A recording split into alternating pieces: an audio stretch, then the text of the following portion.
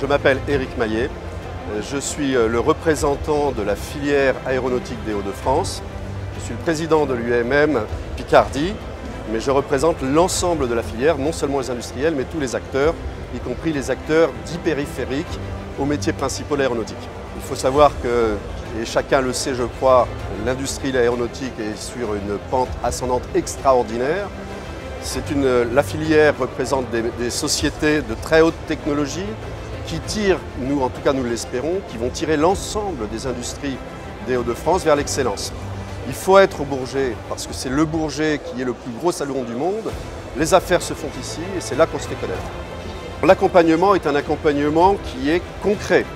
À l'initiative du Conseil régional, nous avons dévoilé la bannière Aéro de France, là au début de ce salon du Bourget. Mais la bannière, ce n'est jamais qu'une enveloppe. La déclinaison des actions est la suivante. Première chose, assurer aux industriels la formation de leurs effectifs et profiter de cette formation des effectifs pour l'industrie aéronautique de façon à motiver les jeunes pour les métiers de l'industrie.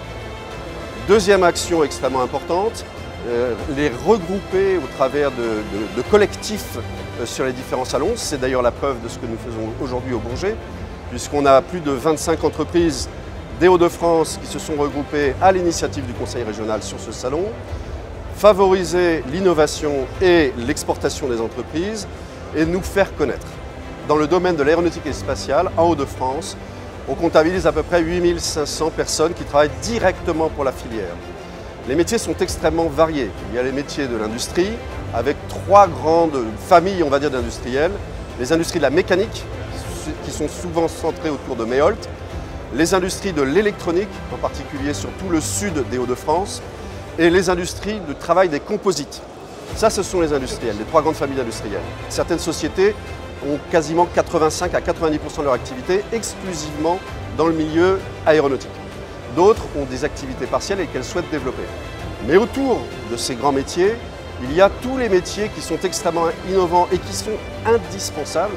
Je pense à tous ceux qui développent du numérique, je pense à tous ceux qui font donc du logiciel, je pense à tous ceux qui font de la logistique. La logistique aujourd'hui est intégrée dans les milieux de l'aéronautique. L'excellence demandée par la filière et en particulier par les grands avionneurs passe vraiment par la tenue des délais. Donc la logistique est une part fondamentale de cette filière. Alors le nombre d'entreprises qui sont référencées comme étant acteurs dans la filière en Hauts-de-France, 150 entreprises ont été référencées. Et d'ailleurs on en voit la carte, je crois, derrière moi. Et elles sont réparties sur l'ensemble du territoire des Hauts-de-France.